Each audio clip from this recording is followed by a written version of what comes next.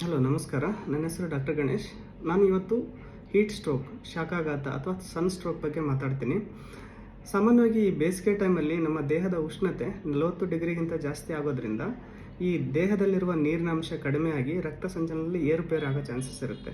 ಈ ಥರ ಏರುಪೇರು ಏನಾದ್ರು ಬ್ರೈನಲ್ಲಿ ಆಯಿತು ಅಂತಂದರೆ ಸಡನ್ನಾಗಿ ಒಮ್ಮಿಂದೊಮ್ಮೆ ತಲೆನೋವು ಬರೋದು, ಎಚ್ಚರ ತಪ್ಪೋದು, ಕೈಕಾಲಲ್ಲಿ ಸ್ವಾಧೀನತೆ ಕಳ್ಕೊಳ್ಳೋದು, ನಡೆಯೋದ್ರಲ್ಲಿ ಪ್ರಾಬ್ಲಮ್ ಆಗೋದು, ಮಾತು ಸ್ಲರ್ ಆಗೋದು, ಈ ಥರ ಸಿಮ್ಟಮ್ಸ್ ಬಂದರೆ ಅದು ಹೀಟ್ ಸ್ಟ್ರೋಕ್ ಆಗಿರ್ಬೋದು. ಸೊ ಈ ಥರ ಸಿಮ್ಟಮ್ಸ್ ಯಾರಲ್ಲಿ ಕಾಮನ್ ಆಗಿರುತ್ತೆ? ಯಾರು ಬಿಸಿಲಲ್ಲಿ ಜಾಸ್ತಿ ವರ್ಕ್ ಮಾಡ್ತಾರೆ, ಉದಾಹರಣೆಗೆ ಕೂಲಿ ಕಾರ್ಮಿಕರಿರ್ಬೋದು, ನಮ್ಮ ರೈತರಿರ್ಬೋದು, ಮಿಲಿಟ್ರಿ ಸೈನಿಕರಿರ್ಬೋದು, ಕೆಲವೊಮ್ಮೆ ವಯೋವೃದ್ಧರಾಗಿರ್ಬೋದು ಅಥವಾ ಮಕ್ಕಳಲ್ಲೂ ಸಹ ಈ ಸಿಮ್ಟಮ್ಸ್ ಕಾಮನ್ ಆಗಿ ಕಾಣ್ತೀವಿ. ಈ ಥರ ಬಂದರೆ ನೀವು ಇಮಿಡಿಯೇಟಾಗಿ ಹಾಸ್ಪಿಟಲ್ಗೆ ಕರ್ಕೊಂಡು ಹೋಗಬೇಕು. ಯಾಕಂದರೆ ice therapy, ice pack therapy, cold saline therapy ಅಥವಾ ಟೆಂಪ್ರೇಚರ್ ಕಡಿಮೆ ಮಾಡಲಿಕ್ಕೆ ಅಂತ ಕೆಲವೊಂದು ಯಂತ್ರೋಪಕರಣಗಳಿರ್ತವೆ. ಅವುಗಳಿಂದ ನಾವು ಟ್ರೀಟ್ಮೆಂಟನ್ನು ಮಾಡಿ ಅಂಗಾಂಗಗಳ ವೈಫಲ್ಯತೆಯನ್ನು ತಡೆಗಟ್ಟಲು ಕ್ರಮ ತಗೊಳ್ಬೋದು. ಸೊ ಇದನ್ನು ತಡೆಗಟ್ಟಲು ಏನು ಮಾಡಬೇಕು?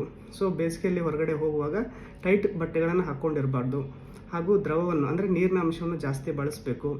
ಕ್ಯಾಪನ್ನು ಹಾಕ್ಕೊಳ್ಳೋದಾಗಲಿ ಅಥವಾ ಛತ್ರಿಯನ್ನು ಹಿಡ್ಕೊಂಡು ಹೊರಗಡೆ ಅಡ್ಡಾಡಬೇಕು. ಸೊ ಇವನ್ನೆಲ್ಲ ಮಾಡೋದ್ರಿಂದ ನೀವು ಹೀಟ್ ಸ್ಟ್ರೋಕನ್ನು ಪ್ರಿವೆಂಟ್ ಮಾಡ್ಬೋದು. Thank you. Have a safe summer season.